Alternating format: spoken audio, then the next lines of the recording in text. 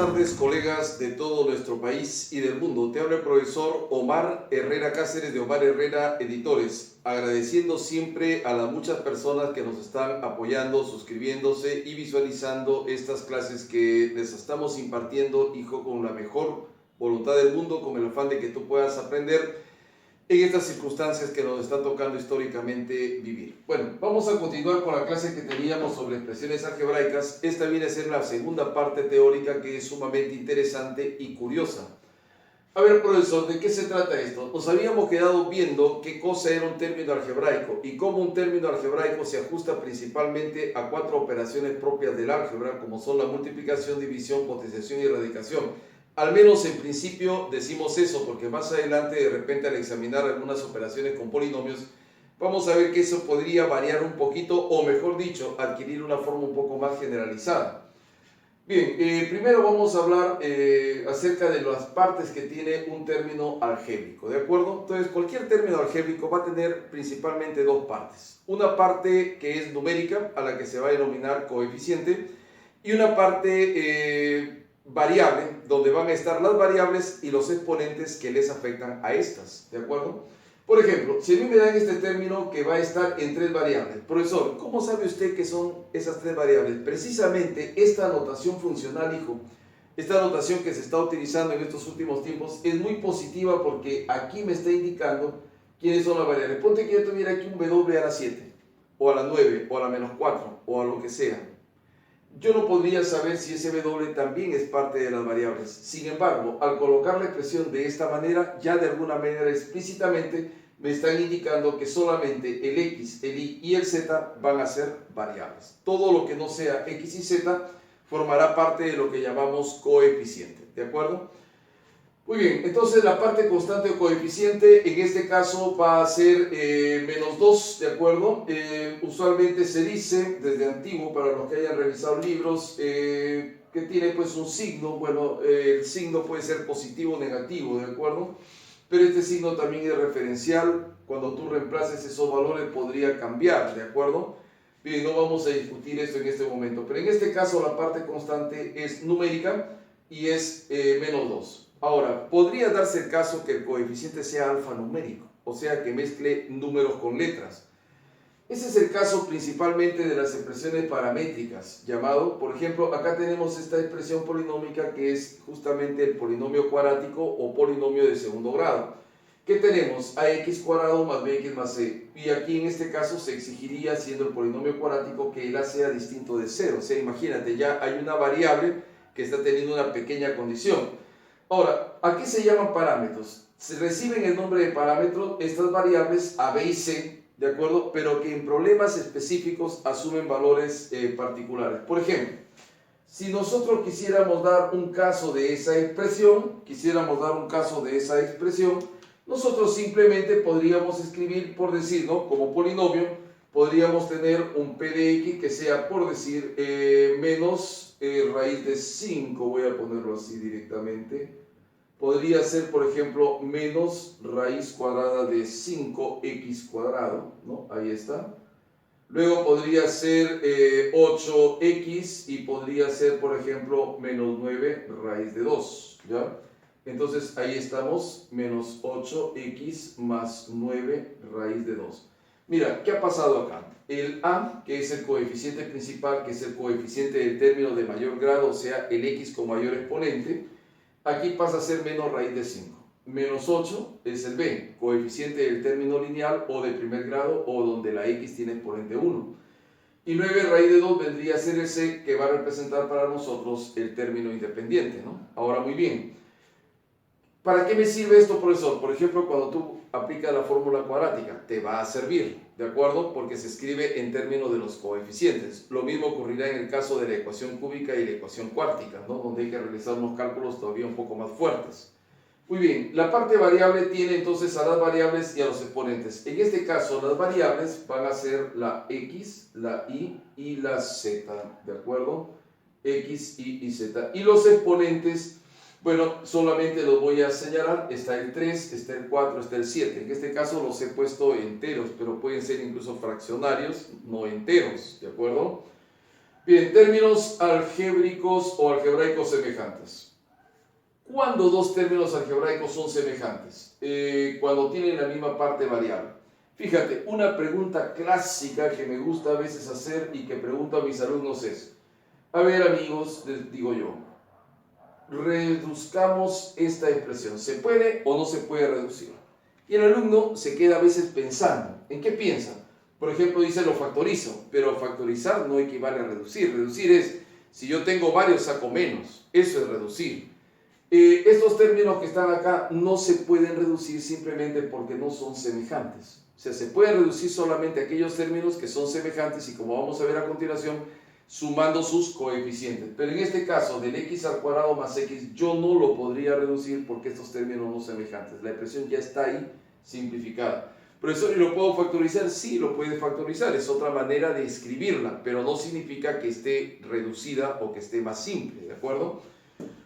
Muy bien, vamos a plantear este ejemplo para entender eso de que para ser algébricos semejantes deben tener igual su parte variable, ¿de acuerdo? Muy bien, yo tengo acá estos dos términos, mira, como te darás cuenta, este coeficiente menos 2 tercios es diferente a esta raíz quinta de 7, son distintos, pero yo estoy observando algunos detalles. Por ejemplo, observo que acá dice x a la 5.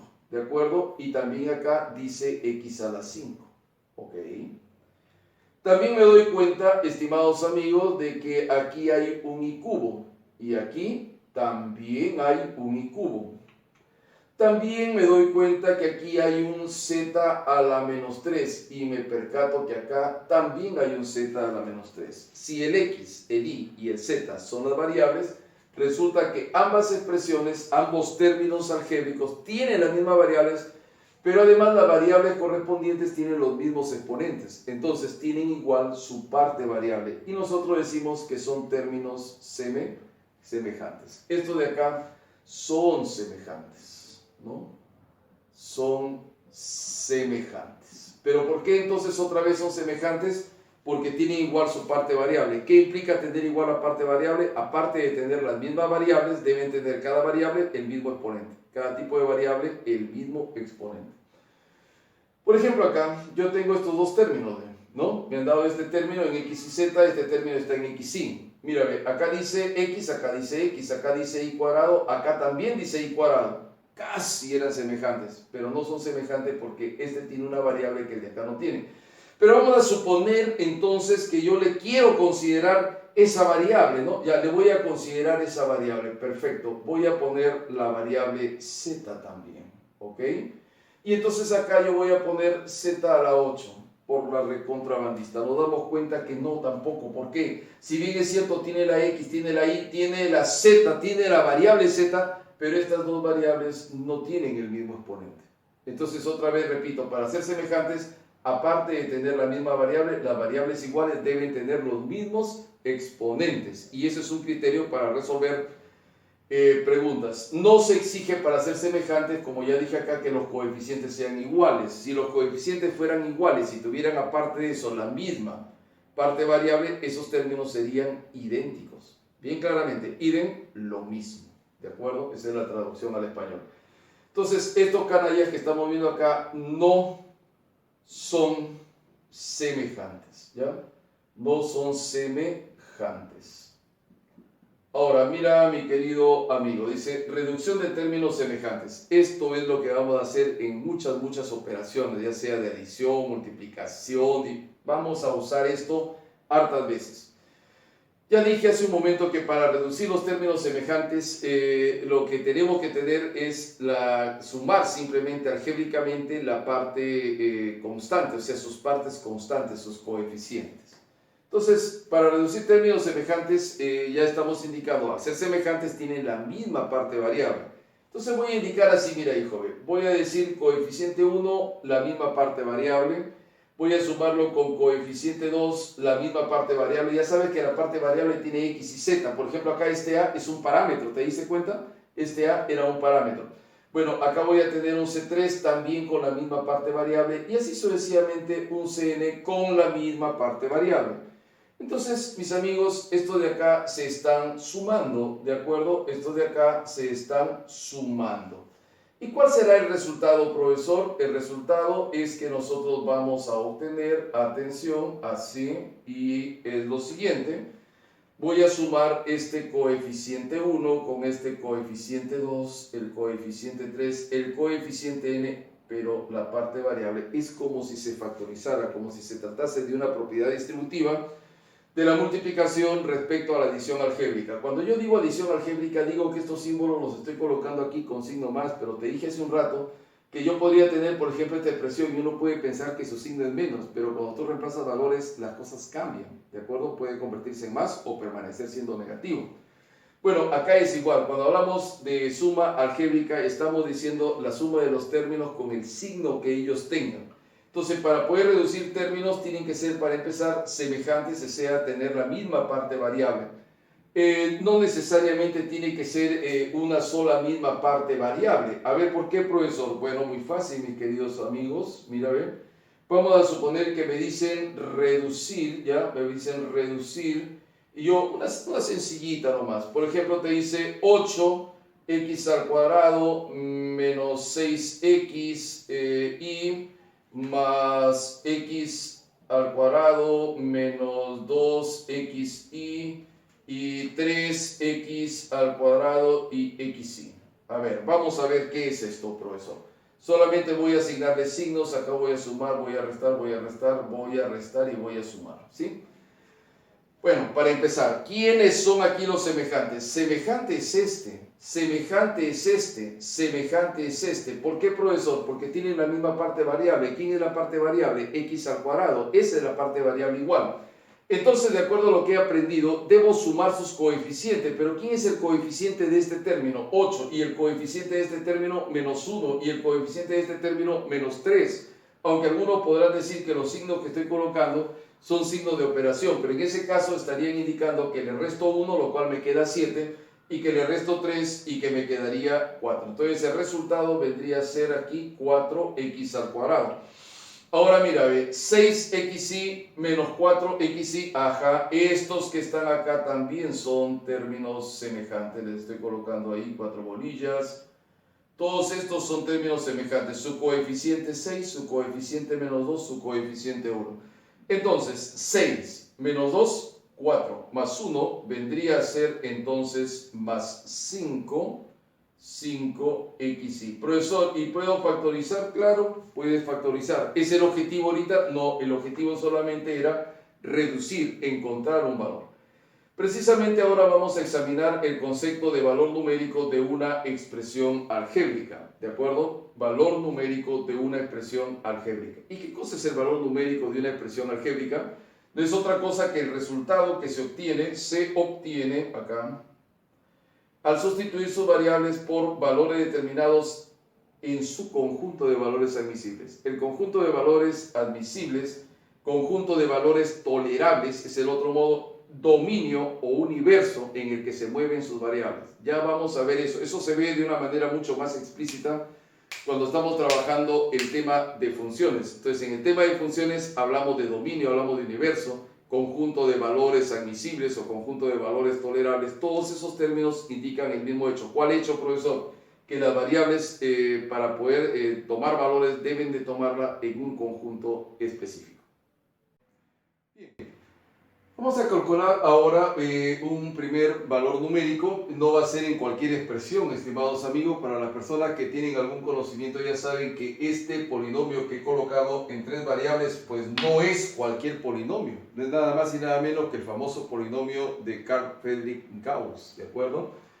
Y que es un producto notable con el que nosotros vamos a toparnos cuando lleguemos a ese tema. Ahora, mira, me piden calcular P del valor 1, 0 y menos 1. 1, 0 y menos 1. Creo que todos nosotros en este punto nos estamos dando cuenta de que si este de aquí aparece, porque estas están ordenadas, amigos, de algún modo. Entonces quiere decir que el valor del X va a asumir en este caso 1. Y el Y va a asumir el valor 0 y el Z va a asumir el valor menos 1. Entonces, en este punto, nosotros vamos a comenzar a calcular de manera inmediata, ¿de acuerdo? Y voy a hacer lo siguiente nada más. Acá voy a tener P de 1, va a estar el valor 0, va a estar el valor menos 1. Voy a sustituir esto en las expresiones que nosotros tenemos acá. Ahí está, lo sustituyo. Te das cuenta que ya estoy cambiando de este símbolo a este símbolo porque voy a toparme ahora con una expresión numérica, ¿no? Entonces, el 1, que es su valor del x, va a estar elevado al cubo. Luego el 0 también va a estar elevado al cubo. El menos 1 a su vez va a estar elevado al cubo.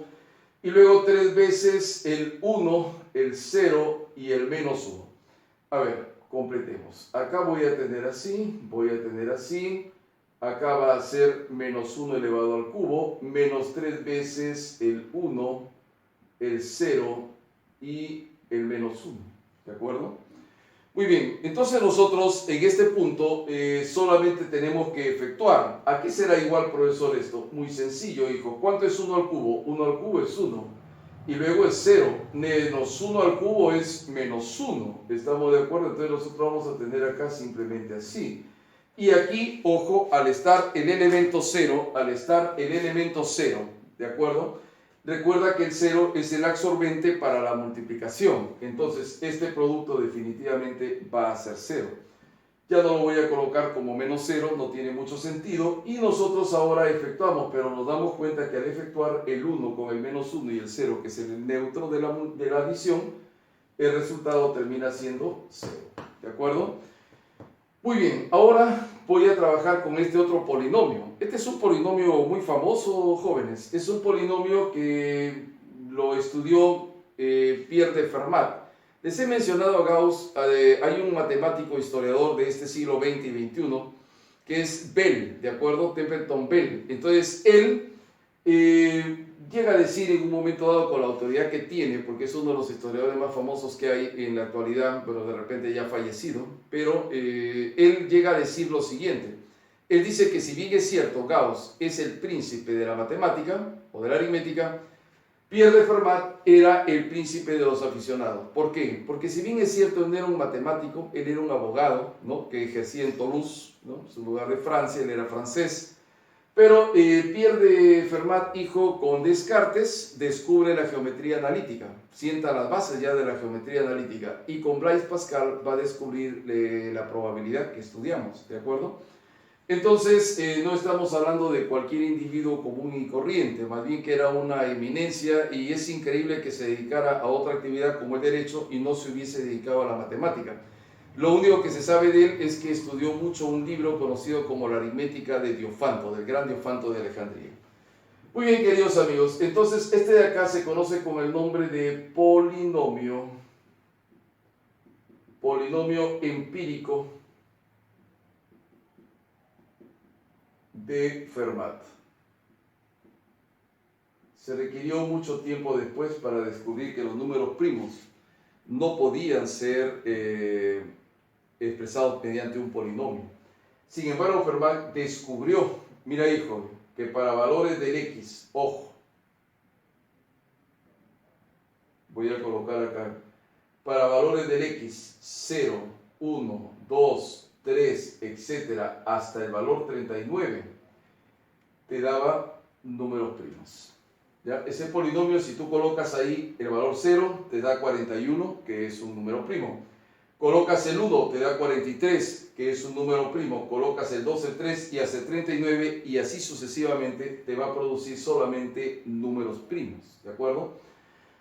Muy bien, ahora, en relación a esta cuestión quería señalar lo siguiente. Voy a calcular los valores siguientes, que son el valor 40 y 41. ¿Con qué finalidad? Con la finalidad de demostrar que para estos dos valores ya los resultados no fueron números primos. A ver, ¿cómo se puede hacer, profesor? Facilísimo, hijo. Mira, a ver, yo voy a tener aquí un P que voy a calcularlo del valor 40, ¿de acuerdo?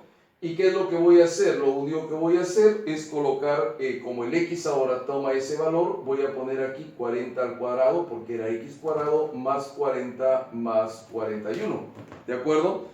Entonces nosotros tenemos una expresión de este tipo. Ahora, yo pienso que no hay ninguna dificultad para alguno de ustedes en que aquí podamos factorizar, por ejemplo, 40. Entonces, si yo factorizo 40, ¿qué cosa va a quedar adentro? Bueno, 40 más 1, ¿de acuerdo?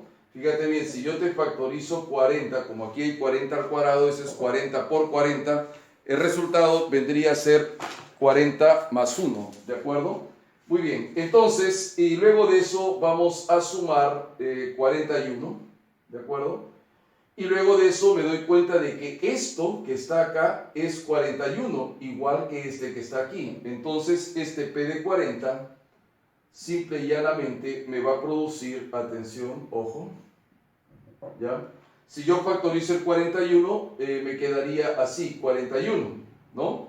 O sea, he factorizado el 41, pero acá me va a quedar otra vez 40 más 1. 40 más 1. ¿Y cuánto es 40 más 1? 41. ¿Y cuánto va a ser el resultado para esta expresión? 41 al cuadrado. ¿De acuerdo? Y ya está.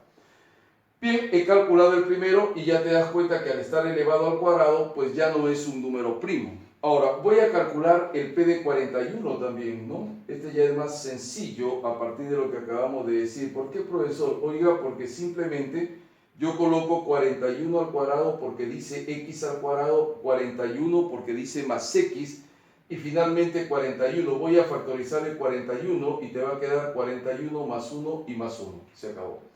Entonces, al reemplazar el valor 41, 41 al cuadrado más 41 más 41 será igual.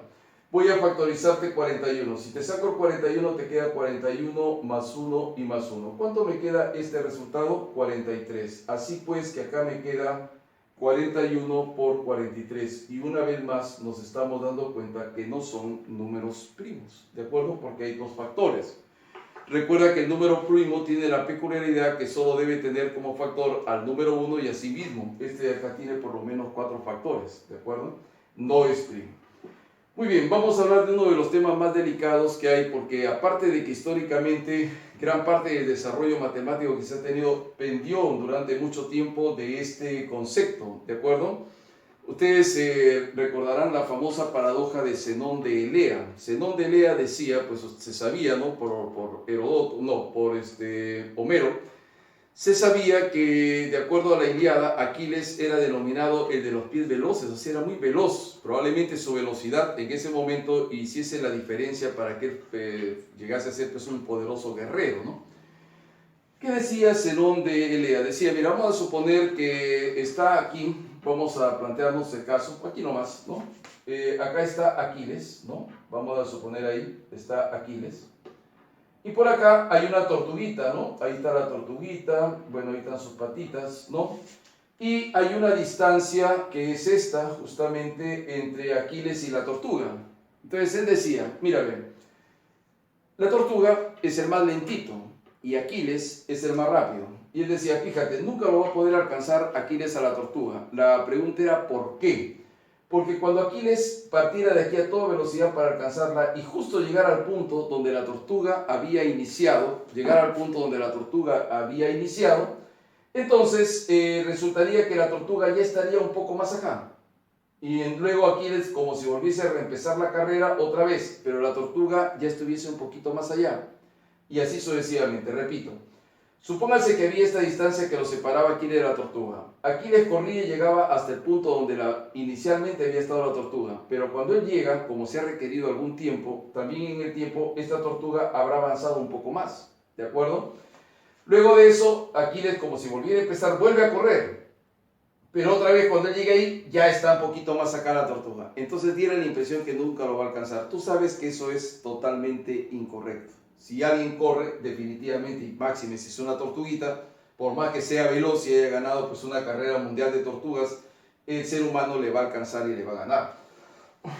Bueno, así quedaba ese tema de Zenón de Elea, que tú lo puedes revisar en la red, y que es muy interesante. Bien, pero mira, dar ese salto de una cuestión aparentemente cotidiana a esta cuestión ya es otra cosa. Y esto de acá es lo que empiezan a estudiar los matemáticos a partir del siglo XVII, con Isaac Newton y con Gottlieb Leibniz y toda la serie de matemáticos que han venido posteriormente. Bien, mira, a ver, si yo, jóvenes, hago lo siguiente, atención, voy a colocar f de valor 2. Cuando yo hago f del valor 2, como ya hemos indicado, lo que nosotros estamos calculando es un valor numérico. Como me dicen que el x vale 2, yo tendría que poner aquí 2 al cuadrado menos 4 y 2 menos 2. Eso es lo que yo tendría que poner, ¿de acuerdo? Tendría que colocar el asunto de este modo, así. Pero si tú efectúas, te das con la sorpresa de que arriba te queda 0 y 0. Y esta es una forma indeterminada. ¿Qué quiere decir, profesor? Que esta forma podría tomar pues cualquier valor. Así es simple, puede tomar cualquier valor. Por eso se llama indeterminada, porque no puedo saber qué valor saldría. ¿Por qué ocurrió esto? Porque yo he considerado el valor. Mira, por eso es que acá yo he dicho valor, si te das cuenta. No he dicho valor numérico, ni he dicho nada más. ¿De acuerdo? Entonces, es el momento de hablar. Si nosotros hablamos de valor numérico, llegamos a esto. Valor numérico. Numérico. Llegamos a esto. Si hablamos de valor numérico, solamente llegamos a eso. Entonces, profesor, ¿qué haré? Vamos a hablar de otro concepto. Un concepto un poco más elaborado que se conoce con el nombre de valor límite. ¿Ya? Mira, amigo, esta expresión, en lugar de ponerla así, sería mucho más interesante y más comprensible si yo lo hubiera escrito de este modo. ¿Ve? Calcular el valor límite. ¿Ya? De, ojo, x al cuadrado menos 4 sobre x menos 2, cuando el x tiende a ser el valor de 2. Aquí hay muchas cosas que explicar, pero voy a ser lo más sintético posible. ¿Qué significa que tiende al valor 2? Que se va a aproximar a ese valor. ¿De acuerdo? Ahora, cualquiera de ustedes estará en capacidad de entender esto. Suponte que justo aquí está el valor 2. Dijo, yo me puedo aproximar al valor 2 por la izquierda o me puedo aproximar al valor 2 por la derecha. A ver, profesor, ¿cómo? Muy bien. Si yo coloco por acá 1,9, 1,9 está cerca al valor 2, ¿sí o no? Pero si yo coloco, por ejemplo, 1,99, ese valor está más cerca. Si yo pongo 1,99999, ese valor está todavía más cerca, ¿de acuerdo? Entonces me estoy como que aproximando, pero en ningún momento estoy diciendo que el x valga 2, sino que estoy tomando valores que se van acercando. Y fíjate esta frase poderosa de los matemáticos, se acerca tanto cuanto se quiera, dice, ¿no? Profesor, y por este lado yo podría tener, por ejemplo, el 2,1. Podría tener, por ejemplo, atención acá, te cambio la cosita, 2,01. Ese está más cerca que el anterior. Te podría colocar 2,000001 y ese está todavía más cerca que el anterior. Entonces, me voy aproximando, tomando valores tan cercanos al 2 tanto cuanto quiera, ya sea por la izquierda o por la derecha. ¿De acuerdo? Bien, pero en ningún momento el x va a valer 2, solo se va a acercar. Entonces es totalmente permisible que yo diga lo siguiente, ¿ya? Esto es más complicado, hijos, en la matemática superior, cuando tú llegues a estudiar tu cálculo diferencial, ahí lo vas a ver ya con mayor precisión y te lo van a explicar en términos de epsilon y delta, ¿no? Que es una de las formas más bonitas que hay para escribir esto. Bueno, mira acá, voy a hacer lo siguiente. Voy a factorizar la diferencia de cuadrados que tenemos acá, ¿no? Es una diferencia de cuadrados, tú la estás viendo. Por un lado te va a quedar acá x más 2 y acá te va a quedar x menos 2 y x menos 2. Yo vuelvo a insistir, no tomo el valor 2, lo excluyo. Pero si yo le pongo el valor 1,9, fíjate acá, 1,9 menos 2 es menos 0,1. Y si tú reemplazas acá es lo mismo. Este número se podrá simplificar con este sin ningún problema. Si tú le colocas este número puede parecer grande, decimalmente hablando, pero tú lo reemplazas acá y te quedará 0,000 y un 1. Pero lo mismo que te quede acá, te quedará acá. Pero nunca estos resultados llegarán a valer 0. Entonces, en ese caso, yo digo, puedo simplificar esto. ¿Y qué cosa me quedó, profesor? Me quedó simplemente el valor límite cuando el x tiende a 2 de una expresión en la que yo sí puedo operar sin problemas para lograr mi objetivo. ¿Y qué quiere decir esto, profesor? Que el x tiende a 2 y yo acá estoy viendo que me queda x más 2. Entonces, si este valor se acerca a 2, muy cercano a 2 más 2, termina siendo muy cercano a 4.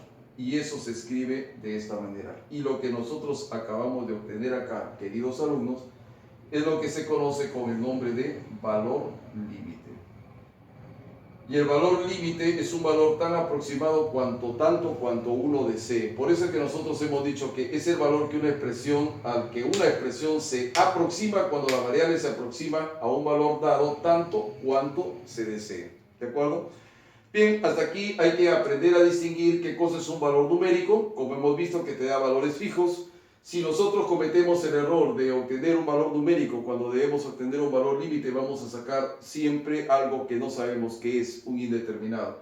Los límites tienen su propia teoría y es importante entender eso. Tú dices, ¿por qué? Muy bien, yo te voy a explicar una de las ideas que lo vamos a ampliar el día que hablemos de los polinomios. Tú has escuchado que te ha dicho que un polinomio debe tener un número limitado de términos o determinado de términos, que no debe tener infinitos términos. Ya. Justamente cuando lleguemos a ese punto y yo te esté hablando acerca de los polinomios, te voy a explicar dónde entra en juego esta definición. Muy bien, les agradezco mucho la atención que han tenido y la paciencia y les deseo que sigan estudiando mucho y que se sigan cuidando. Muchas gracias.